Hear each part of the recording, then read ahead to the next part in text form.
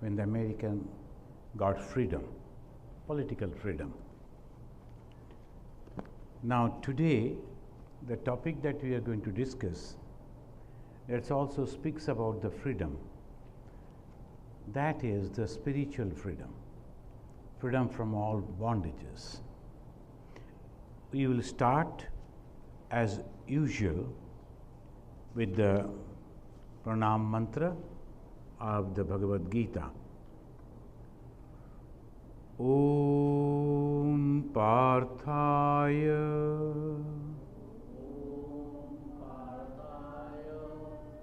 Pratibodhitam Bhagavata Narayanena Swayam Vyasena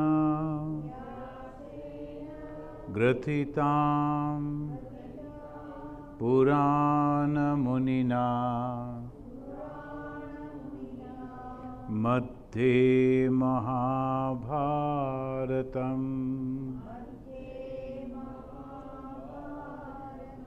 Advaitamritabarshinim Bhagavatim Ashtadashadhyayinim Ambatvam Anusandadhami Bhagavad Gita Bhavadeshinim. This bhava bandhan, this bondage with these worldly things, mundane things, things that is constantly changing. When we are putting our mind, getting attached to this, we are also going the same way, sometimes up, sometimes down, sometimes happy, sometimes misery. That is called bandhan. That is called the bondage. Who has created this bondage? Me. Why? Because I thought that particular object as mine. I should get that. It belongs to me. And that thought is slowly binding me. And when I am losing that, I am in misery. When I am having that, I am in happiness. So it goes on. But it says the Bhagavad Gita that helps us to go beyond this. And who gives that knowledge? The Lord Krishna himself. The Lord says that the thing that is binding you is the Maya, is the illusion, is the power of God. And where that power belongs to? To Krishna himself. He has created. And he says, I have created this Maya, it is my power. I am binding you. But if you come to me, take refuge in me, understand me, follow my words, you will be free from that. So that is the Krishna, Vasudeva Sutam Devam Kamsa Charnu Ramardanam Devaki Paramanandam Krishnam Bande Jagat Gurum. This Guru Purnima is coming. The Guru Purnima is a great day for the Indians. It is a great day for the spiritual aspirants. The Guru is a unique word, special word. Why? Because he gives the knowledge and saves my soul. And this Jagat Guru, he is actually helping the Jagat, the universe. How? By giving this knowledge. Now here in the second chapter, we have come to a very interesting junction. That is, giving the example of that person who has realized the Brahman. Even the God could not express what is Brahman. The Veda Upanishad could not say what is Brahman, because it is purely subjective knowledge. Only you can understand, but you cannot express it. There is a very special type of idea, very special type of knowledge. Anyone can realize, but no one can express. That is the thing. Now the Arjuna is asking, as if on behalf of the humanity, he is asking, but how I will know that anyone in this world has understood Brahman, realized Brahman? Is there any person who has realized, or just a theory? Then the Krishna is giving the example one after another, that this is not a theory, one can realize it, and when one realizes it, what type of characteristic you will find. That it begins from the second chapter, 55 sloka, from there. The blessed Lord, he says like this, let us chant all these, I think 23 slokas. Prajahati yada kaman sarvan partha manogatan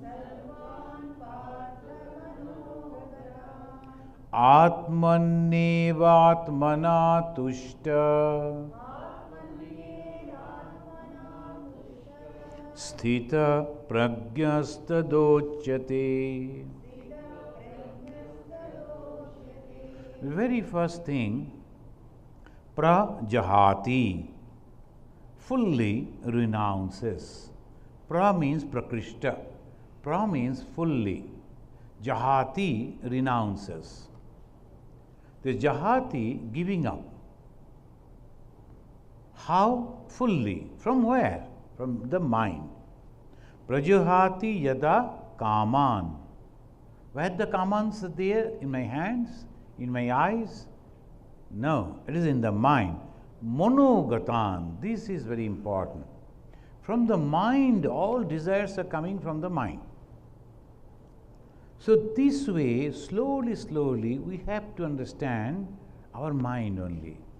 So everything is nothing but our mind. Everything going over there, creating the ripples, either binding or giving us the freedom. So that prajahati yada kaman, the desires when completely gone, not a single desire should be there, then it is possible. What a type of desires are there? They say ashana. The last time we discussed, ashana means the desire. What are the ashanas? Mainly, basically three groups are there. Lokaishana, Putraishana, Lokaishana, Vittaishana, Putraishana. The Lokaishana means I want to be popular. So that is also Ashana. This is only one example. I want people to follow me. I want people to come to me. I want these, I want that, all related with the people. The Lokaishana, Loka Ishana. So Lokaishana is a desire. Then Vittaishana, I want to be rich. I want to be somebody in this society. The Vittaishana. And then Lokaishana, Vittaishana, and Putraishana. Prajani, my family, it should continue. Then this way, so many things. People are killing their daughters, their sons, their own people, beloved. Why? Because they are selecting, particularly in the Indian perspective, they are going to marry somebody else, is not coming in the same caste, so we are going to lose. What you are going to lose? They don't discuss about that. So that peculiar notion about Ashana, peculiarity is there. Why? Ignorance. Purely ignorance and nothing else. So these Ashana, when all these have come, then only, and also some of the criteria that in the mind it comes, some types of waves it comes. One is pramana, that is the knowledge. Here it says pramanam. In the Yoga Sutra, it says pramana, then viparjaya, then vikalpa, nidra, smriti. These are the problems inside the mind. It's explaining Madhusudan Saraswati that pramana means the knowledge. Different type of pramanas are there. Pramana means the knowledge. How do I know? Because I can touch it, I can see it, I can feel it. Somebody whom I believe, he reported this to me. Like this, all pramanas are there. Then viparjaya, illusion. There is also a knowledge. When I see a mirage, there is also knowledge. Viparjaya.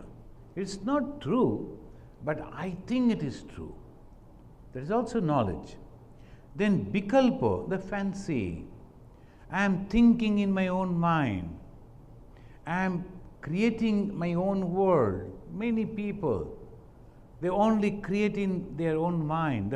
And that is also the vikalpa. Then nidra, in the sleep. And the dreams are also there. There also we are creating and thinking this is true. That particular moment, when I am sleeping and seeing the dream, observing the dream, I never imagine that I am sleeping. That time I always consider that I am in that particular situation. I am mixing with people, talking with people, this thing is happening, that thing is happening. It's so very real to me at that particular time. So that is called nidra. And also smriti, recollections.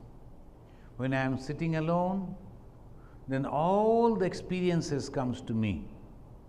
When a person becomes elderly, his company is his smriti.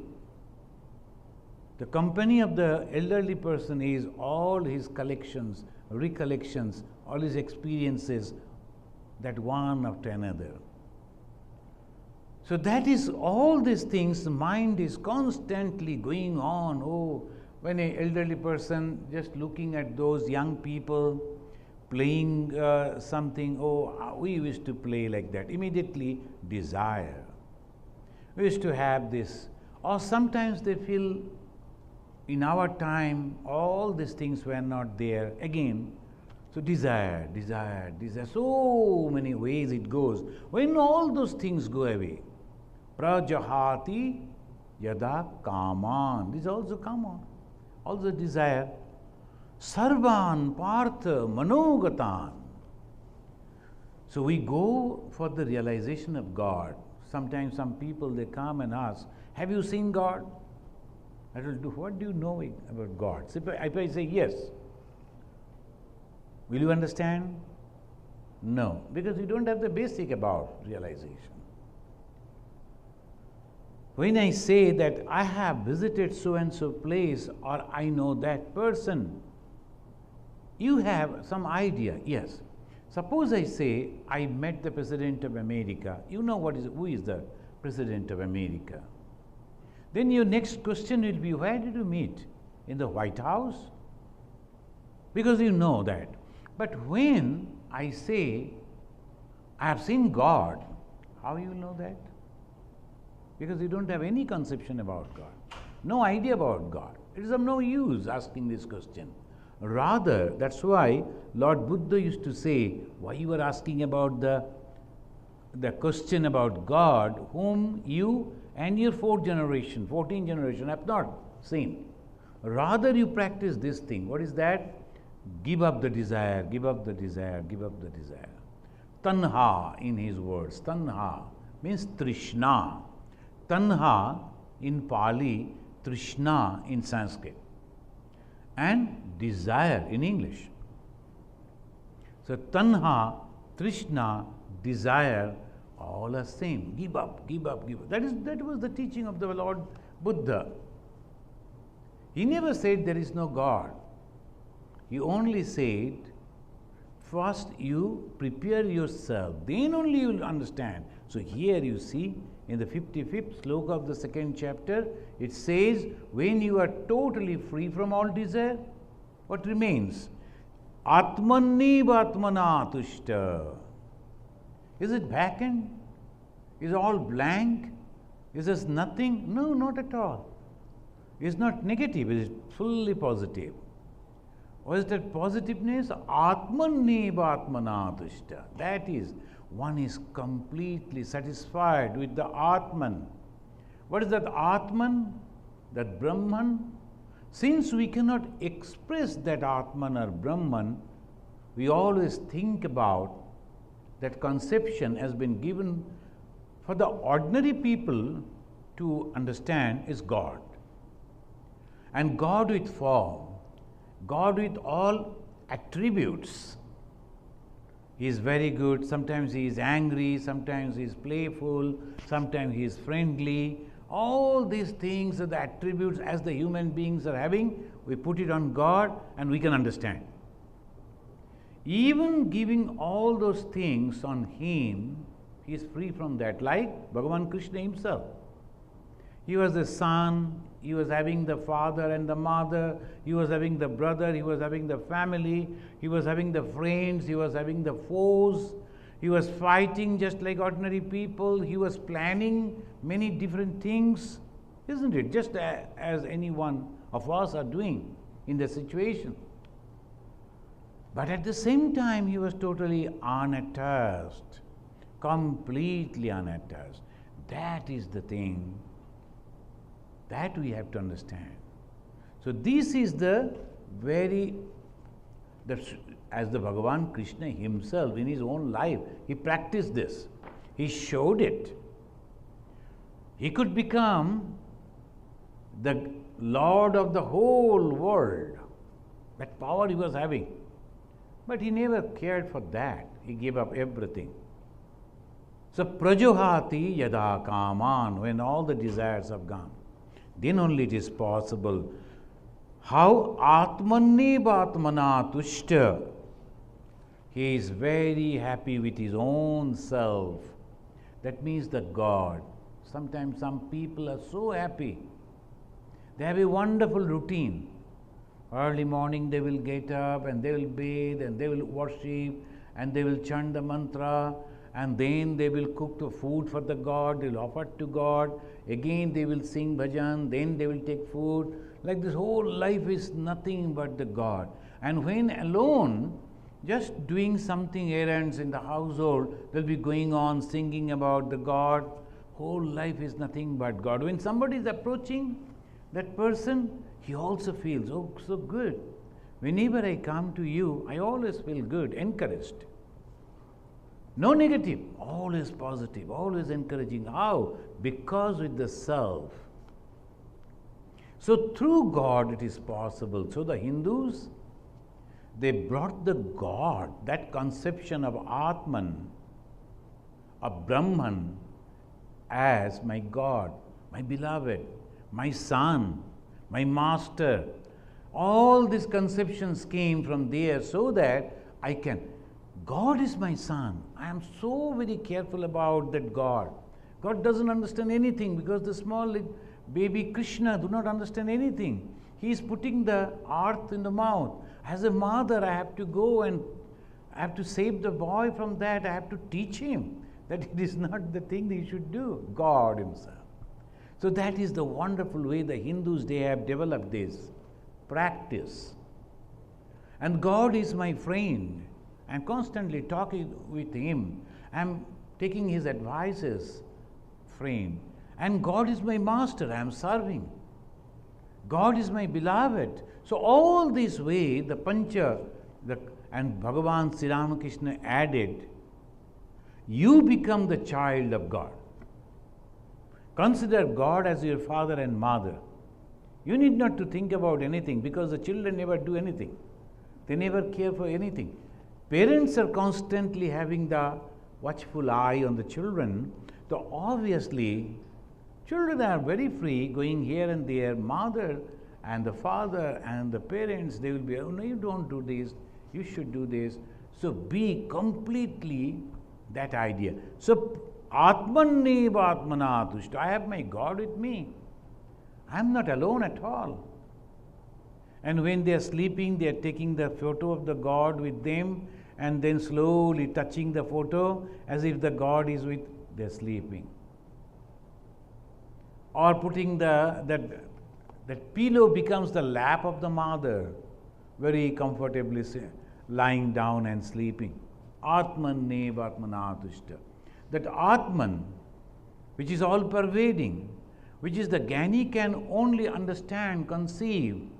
If it is not possible, then for the Hindus, God, conception of God is there. So anyway, Atman neva atmanatushta. I am satisfied with the self. Then he is free, that he is sthita prajna. Sthita prajna means steady wisdom. The person is having steady wisdom. Wisdom means knowledge, complete idea, steady wisdom. Many people may come and say, hey, this is not this is not good. I am the philosopher, I am the professor, I am this, I am that. I am telling you there is no God. But the believer who has realized God will never believe that. Like Bhagavan Sri Ramakrishna, so many people came. They told him so many other things. They are all very highly educated people. And some of them they told, you should not remember God in 24 hours. You are going to lose your mental balance. Immediately he said, you are not losing your mental balance. Thinking about your property and family, I am thinking about the consciousness and I am losing my consciousness. Is it possible? Sthita prajna. You will never dwindle because he has seen. Yes, that when someone came, Narendranath, who became Vivekananda afterwards, he came and asked, Sir, have you seen God? Immediately, without any hesitation, yes, I have seen him. And more clearly than I see you now. Because why more clearly? Pratyaksha. And now I see you through my eyes. If the eyes are not that powerful, I cannot see you that properly. If the mist is there, I cannot see you properly. If so many other conditions are there to see you clearly, to understand you clearly. But when I see and realize God, clear. Why? Pratyaksha anubhuti. Aparaksha anubhuti. Aparaksha. I am not taking the help of anyone, anything. Direct knowledge. So Sri Ramakrishna said, more clearly than I see you now. So that is called, then it goes like this, Dukkheshu anadvigna mana Sukheshu vigata spriha Bitaraga bhaya krodha Sthita di muniruchyate. Then the steady wisdom, the person is having the steady wisdom. Who? Now again another example. Dukkheshu anudvigna mana. When there is the mind unperturbed in sorrows. Why? The sorrows are also temporary. So sorrows are also temporary. So why should I be? Sri Ramakrishna is giving an example, though very difficult. Very, very difficult. But that is the wonderful example. One person was sleeping. When his one son, he just passed away, died for something. Then his wife came and naturally pushed him and told, get up. Your son has met this accident, he is no more. The man got up, went and saw, and was sitting quietly. Naturally, the wife was wondering what happened to that person. He told, what happened to you? No reaction to you. Your only son, he passed away. Then he told, just now when I was sleeping, I saw I am the king and I am having 5 sons. Now the moment I broke the sleep, now I find that I am an ordinary person, I am having 1 son. Now I am in confusion. Which is correct, this one or that one? That is called a philosophical mind. That was also temporary. The nidra. This is also temporary.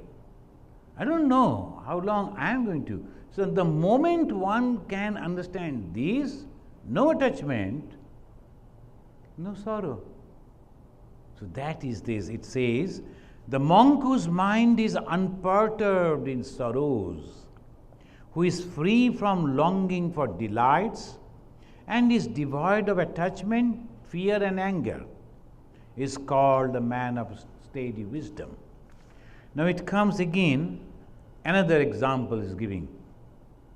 Yah sarvatran anavisneha tat tat prapya shubha shubham na vinandati na dveshti tasya pragya pratisthita. Arjuna, he wanted to know how I will know by seeing a person that he has realized Brahman. The moment we think about a man of steady wisdom, a man who has realized God, we always expect that he will show some supernatural power. This is a very low grade mentality people, they think in that way. Magicians can do that. Magicians will show you so many. I was sitting in a, it's called the restaurant, a movie is going on.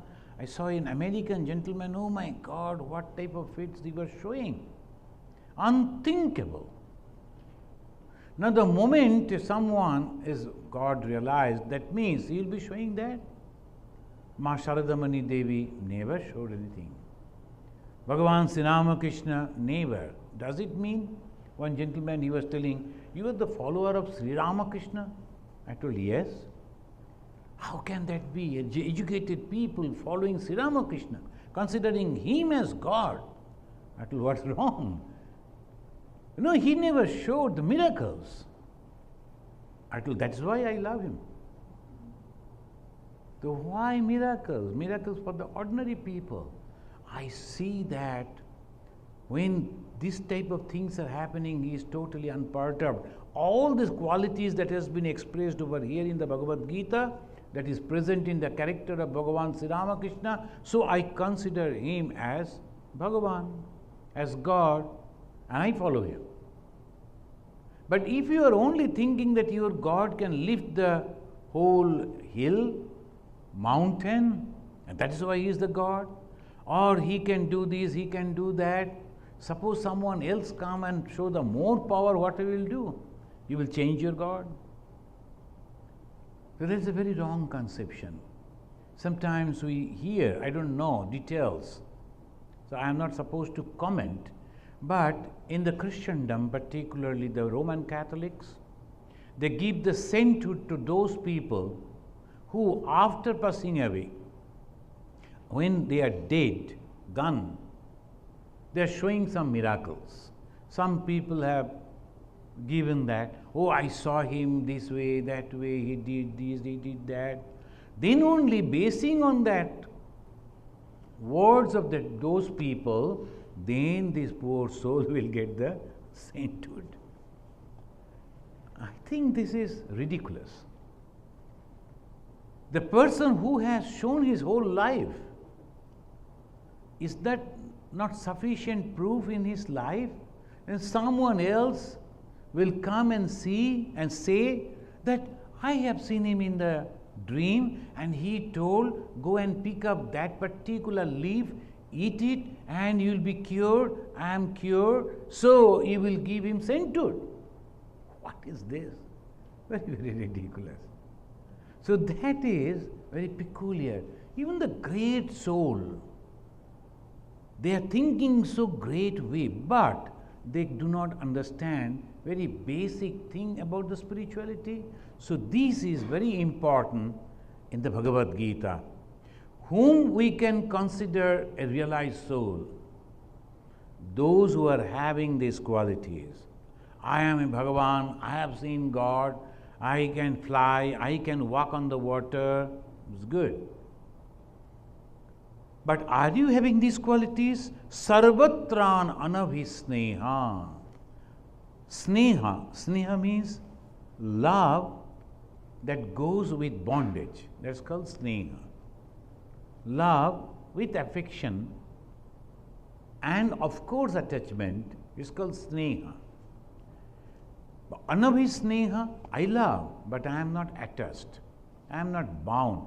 That is called anabhisneha. Not that that person is a stone-hearted fellow. No. He is having great love for the community people.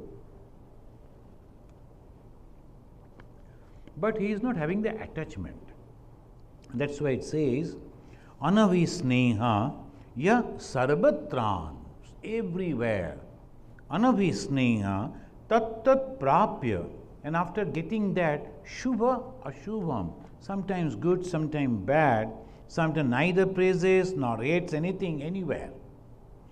Whatever, good or evil, when he comes across it, and that is the person totally unattached. Now Arjuna, he came to fight with all preparation. And for last few years, before the war, the great war of Mahabharata, he was going to different people to learn. And then he got different type of very advanced type of the weapons. Why? Because he was mentally ready to fight. Now when he came to fight, when everything was ready, he wanted to see and he was confident that he is going to kill all his enemies. See, he wanted to see whom he is going to kill. And when he went and saw, he knew it very well, that very moment attachment came. And he saw that the friends, the brothers, and all relatives are there in the opposition. And then he started telling in the first chapter we have read, oh Krishna, I should not kill them, I should not do this, I should not do that. Why you have not thought before? Before all this preparation, you knew that these people are your enemy. You knew that you are going to fight with them. Why you didn't think that? That time he was very angry and he was ready, preparing himself to fight. And he got the whole confidence that I am going to kill them. This moment, so Krishna never supported him. Sometimes some people, out of emotion, not understanding properly the philosophy, they say, instead of Krishna, had there been Buddha, then there would not have been any war. So that is a funny way they speak. No, Krishna was very correct. So that is a different topic, a different discussion. But here the philosophy is, ya sarvatran anabhisneha. Instead of his own people, if Arjuna saw different people whom he never met before, was not having any relation with them, he would have been very happy to kill them then and there. Oh, no, you don't have to waste your time. Just blow the conch and declare the war. I am going to kill them. The same Arjuna would have said. Because that means not that he is compassionate and he has become really good that wanted not to fight but to renounce the world. No. Only because of this reason Krishna told, you are behaving like an anarya. That means illiterate person, uneducated person. That is the uncultured person. You should know that you are going to fight. So here it says, Ya sarvatran anabhisneha tat tat prapya shubha shubham na vinandati na dvesti. Now, from here we will continue to the end, all the slokas together. Yada samharate chayam kurmangani basarvasha indriyanindriyatebhya tasya prajna pratisthita Vishaya vrinivartante niraharasya dehina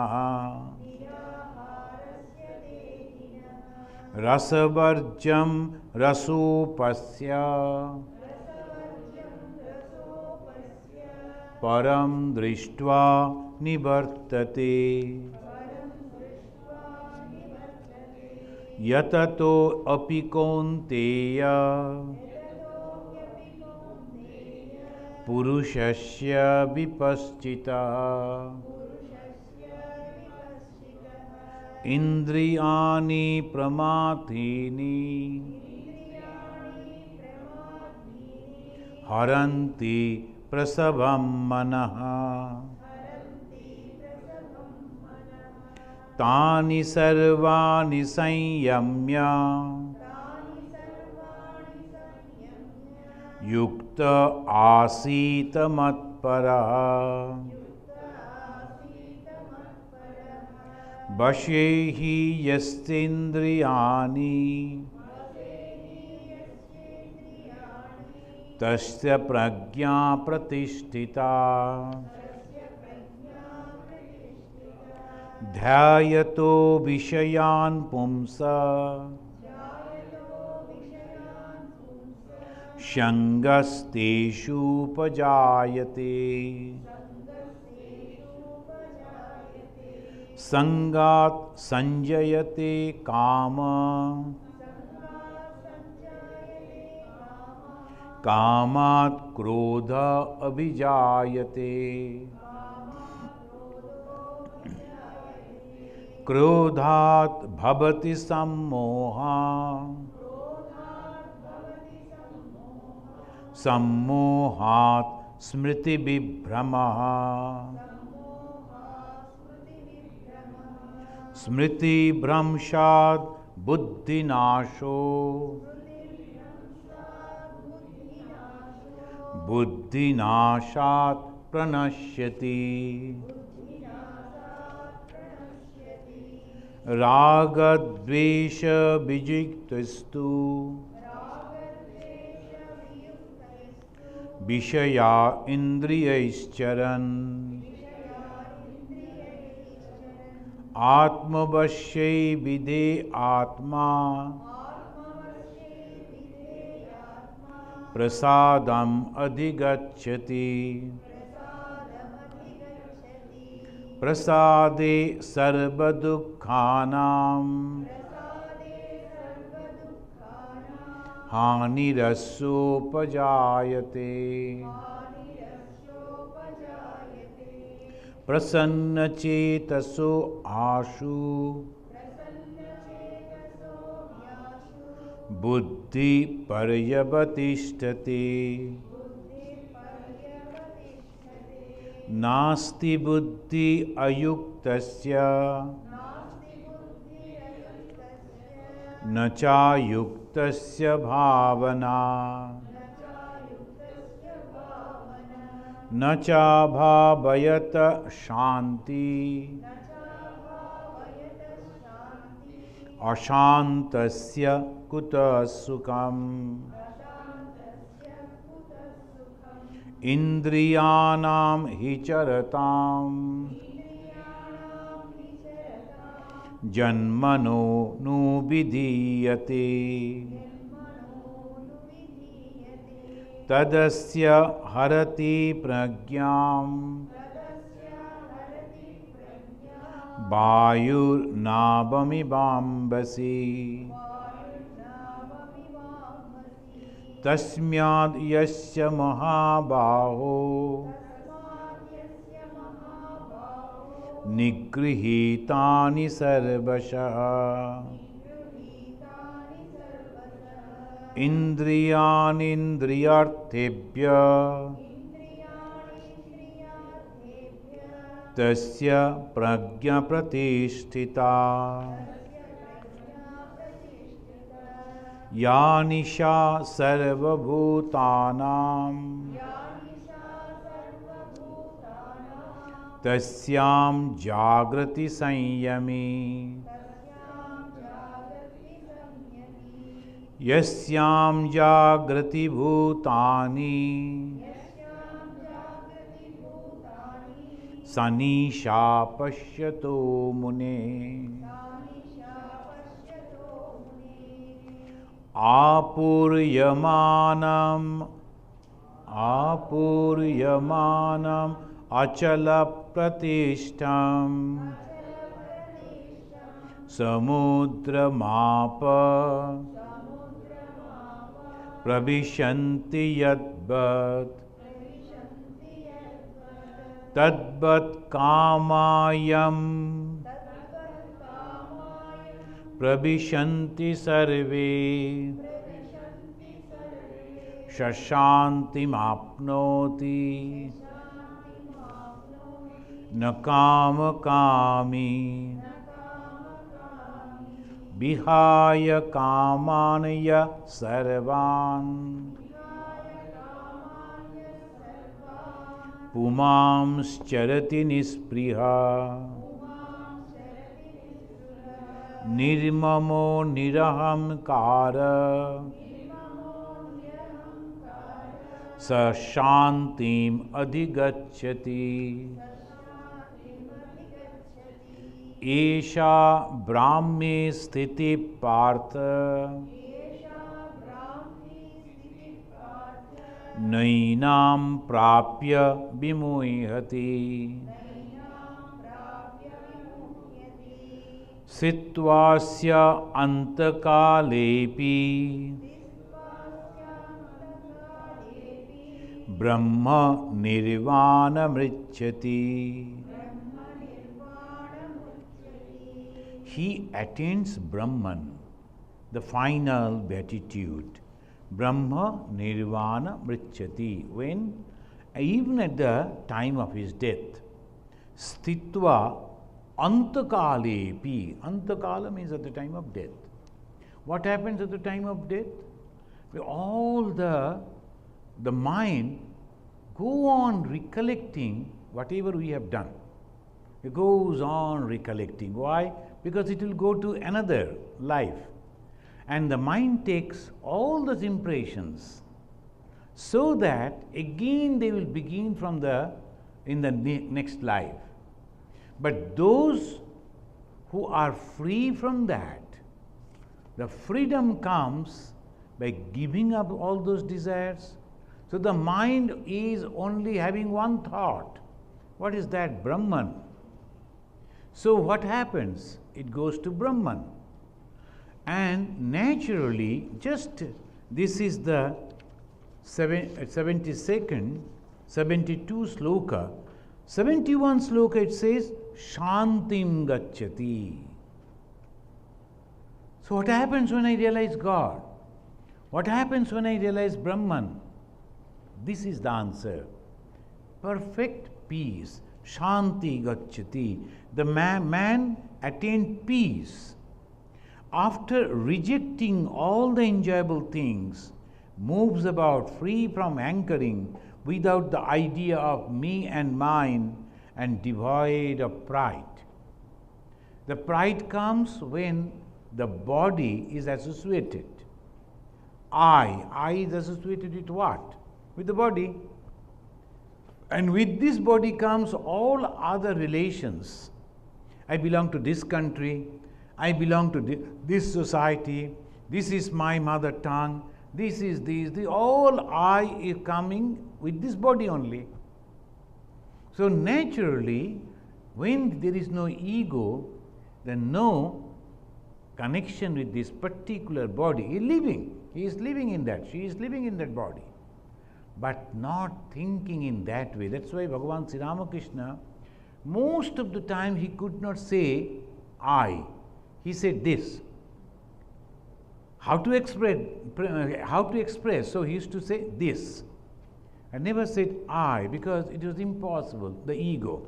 So what actually happened? Shanti gacchati. Nirmamo nirahamkara. When nirmama is not nishthura. Nirmama means no attachment. Na mama iti is nirmama. And this nirmama, what happens? Shantim gacchati. So sometimes people ask, what happens after God realization? Peace. We talk about peace. What is this ultimate peace? Ma Sharadamani Devi, he said, if you want peace, my children, you should not find fault with others. If you want peace, Bhagavan Sri Ramakrishna, he said, God realization is the goal of human life. What is that God realization? Swami Vivekananda said, unselfishness is God. See, Sri Ramakrishna said, God realization should be the goal of every human life. Now the question is a little bit confusion. What is God actually? Swami Vivekananda's 2 sentences, he gives the definition of God. Unselfishness is God. Not even 2, 1 sentence. Unselfishness is God.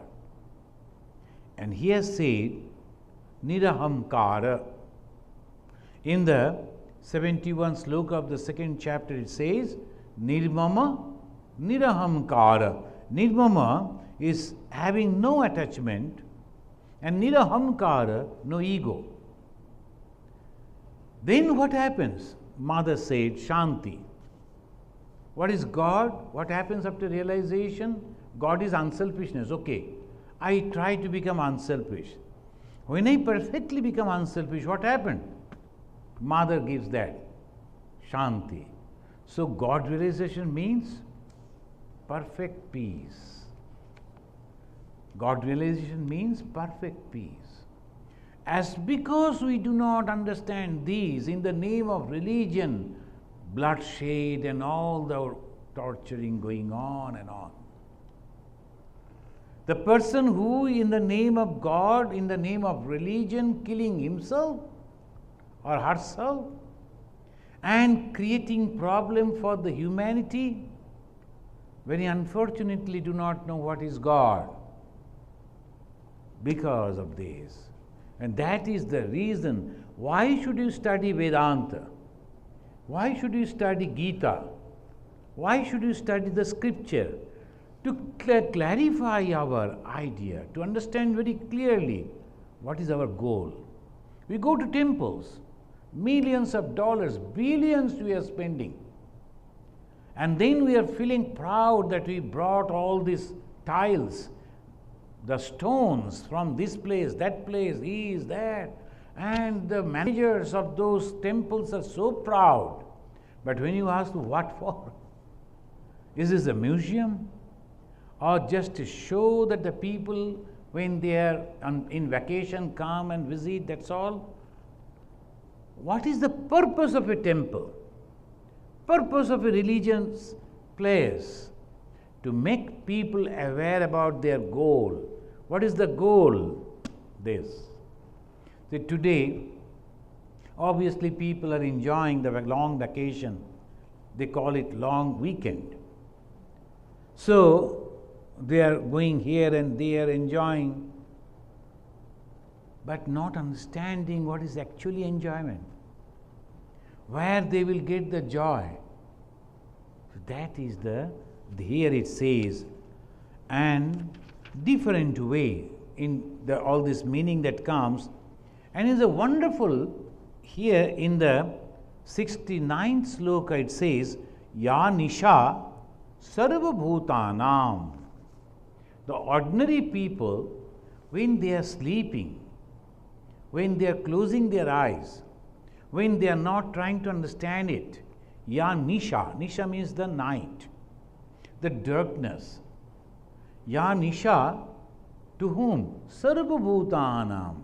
Sarva means majority of the people. Tasyam Jagrati Sanyami. That time, the Sanyami, he is awake. Yasyam Jagrati Bhutani. When the people are aware about those things, Sa Nisha Pashyato Mune. Now you know many people, they read Bhagavad Gita and they understand meaning in their own way. The one gentleman came and he told Swamiji, whole night you people remain awake, right? I told, why? I sleep. No. In Bhagavad Gita it says, Ja Nisha Sarva Bhutana. When all people are sleeping, you are supposed to be awake. And Ari bhai, you go and read it properly. Why you are applying on me? I love sleep. Don't take it away from me. Ya Nisha Sarva Bhutanam doesn't mean that awaking in the night. No. I am closing my eyes for all these things which is happening all around. That is called the worldly pleasures. All worldly pleasures. People are going here, there, everywhere. For what? Pleasure. And the Chicago people, they are going to Houston. Houston people coming to Chicago. And then the Indian people, they're breaking their head to come to America. American people are going to India. For what? No one is satisfied. When the American people, they are not satisfied. Here, so neat and clean, and so they like to go to our Kashi. And in the Kashi, they are always, when they are walking, then the big bulls are coming and they like it.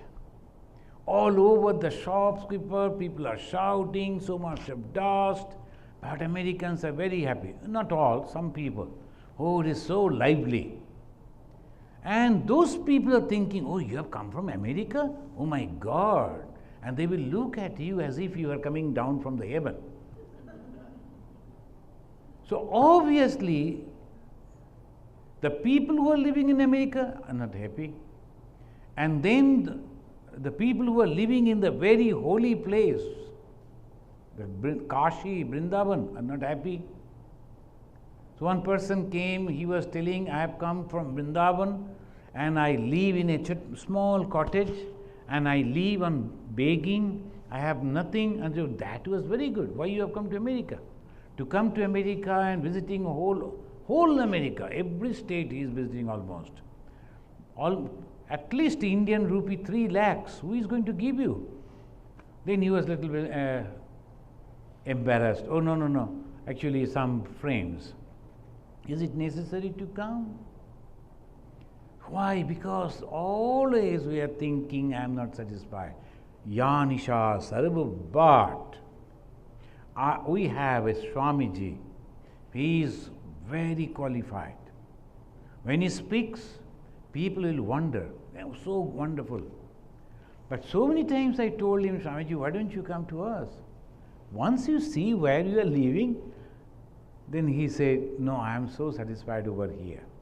I don't like to go. You enjoy that. I am here satisfied. Why? He knew that even if I come over here, the same thing. So that is why the satisfaction, why the no desire. That we have to understand. No desire. Ya Nisha Sarva Bhutanam. All people, when the people they said, Swamiji, we cannot conduct this class because it is a long weekend, all of us are going on vacation. I can understand because people here, they work so hard. From Monday to Friday, they work so hard.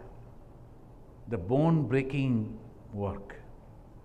And then naturally they want to enjoy. That is, I appreciate. But still, the enjoyment that we get in the outside world, temporary. Again, you have to go into that. So that is that particular, those enjoyments for a controlled mind is a night. He is not aware of all those things.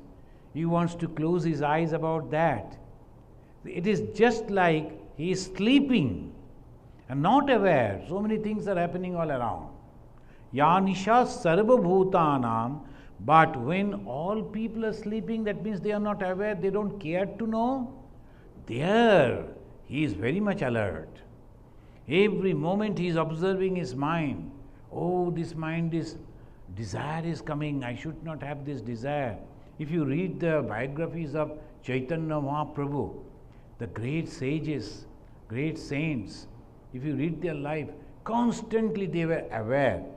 He used to eat, Chaitanya Mahaprabhu, very coarse rice. Suddenly one day he found a wonderful, the very good rice, and with the ghee the smell is coming. It is so tempting. He took one morsel and suddenly stopped and said, "Who gave this? I am not supposed to eat like this. Who gave this?" Then the Shebak, the one who was serving him, he was a monk too.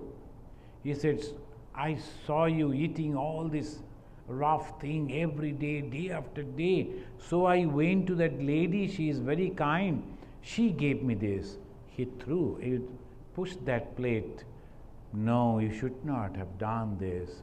Still you have the desire to have all the good things. If it is automatically coming, it is okay. God wills that I should eat. If it is not coming, wait for the God wills. But you have the desire, go and practice austerity again." That fellow, that Swami, he was a great soul. He was not eating for himself, he was not begging for himself, he was wanted to serve the Swami, Chaitanya Mahaprabhu. But that was the teaching. Yanisha sarva bhutanam. There he is very alert. And when he is alert about that, all people are sleeping. So this is wonderful way. And one of ten indriyanam hi charatam yanmano anubidhiyate tadasya harati pragyam vayur nabamibambasi. Here in the 67th sloka, here it says, among the wandering organs, all the chakshu, karna, nashika, jiva, tak, our eyes, our ear, our nose, all these things is going on, and then it's taking the mind forcefully, as if, then giving an example, the tremendous wind is taking away the boat on the water. The boat, man cannot control it, because the tremendous wind, it is taking it away forcefully. Similarly, our organs are taking us in that way. And in the 68th sloka it says, therefore, O mighty armed one, the mighty Mahabaho. Mahabaho means a very powerful person.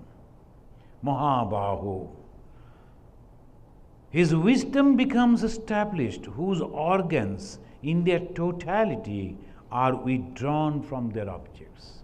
You were asking, the whom I will understand has realized God or realized Brahman.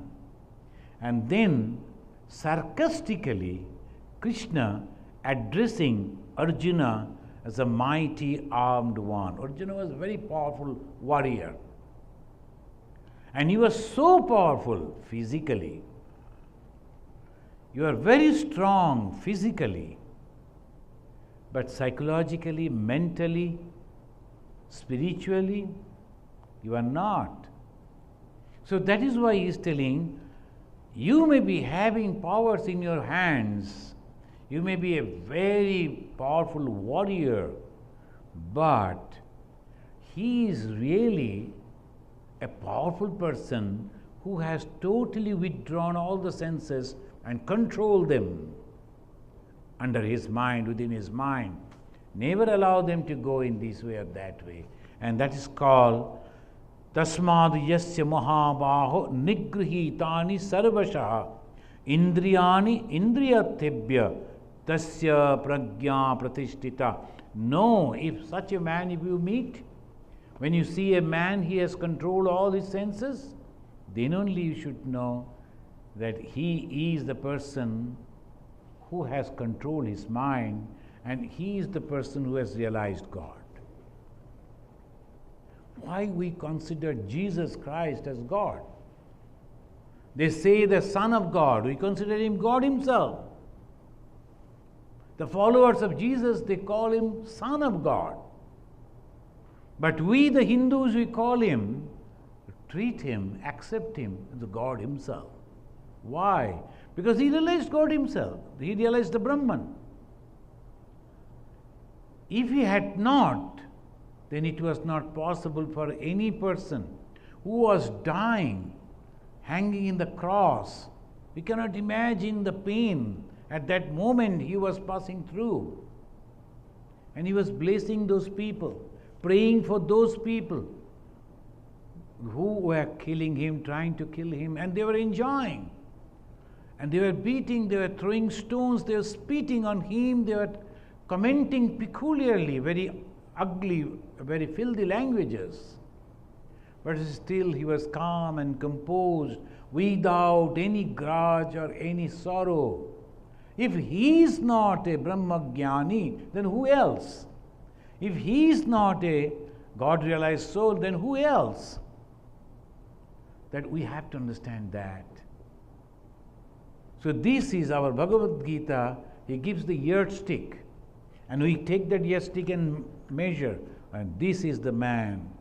That is why Hindus are so broad.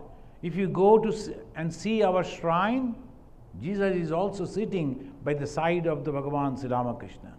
Why? We too consider him. We read Gospel, Jesus' Bibles.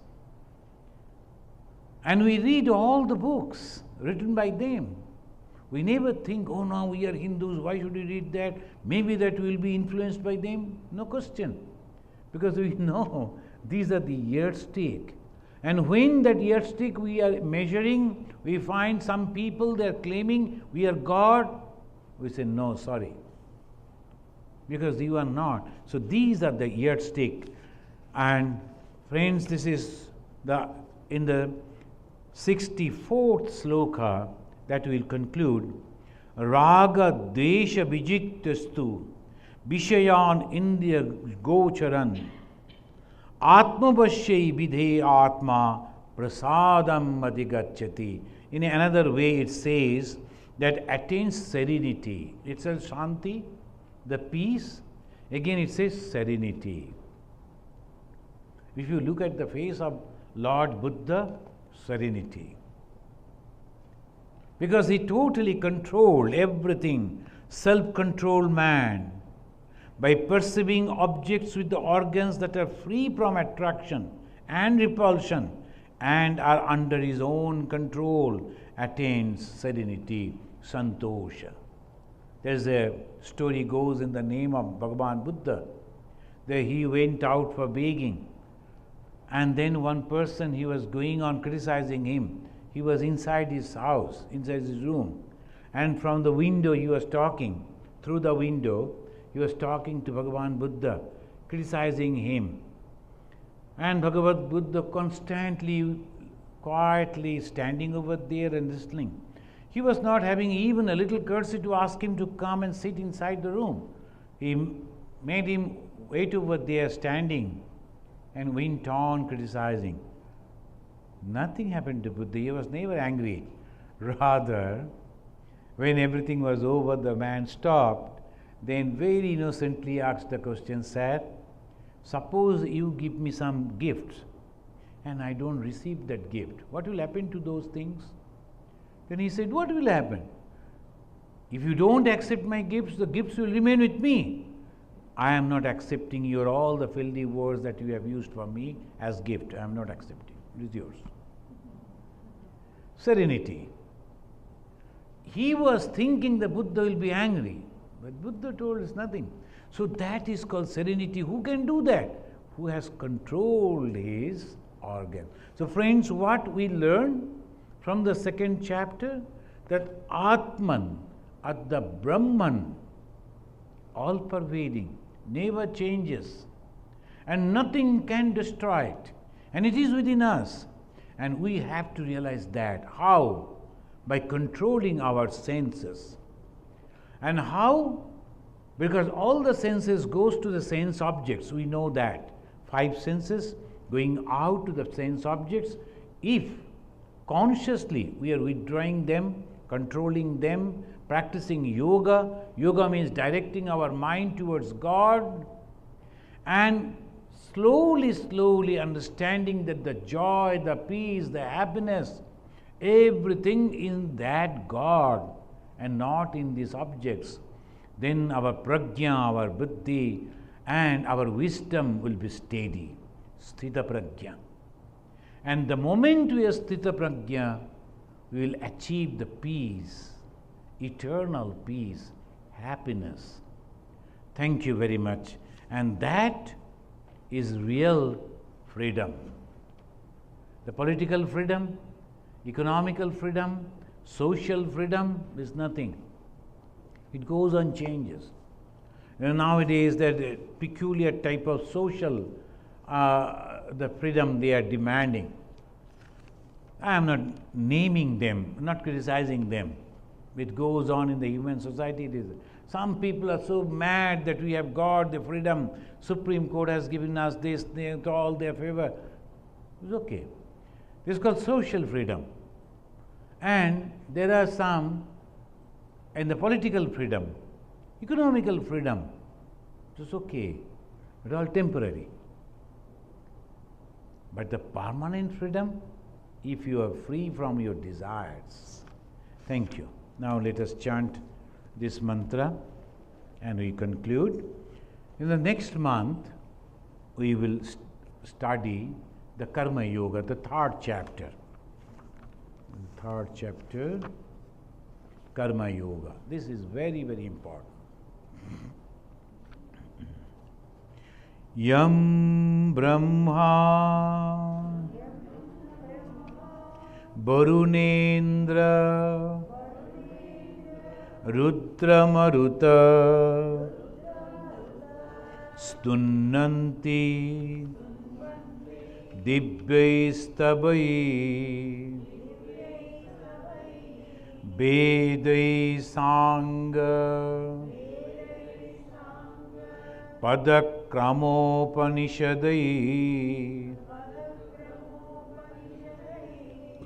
Gayanti Yam Samaga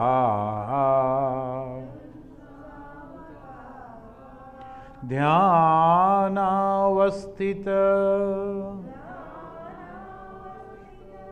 Tadgatena Manasa Pashyanti Yam Yogino Yasyantam Nabidu Sura Suragana Devaya Tasmai Namah. Om Shanti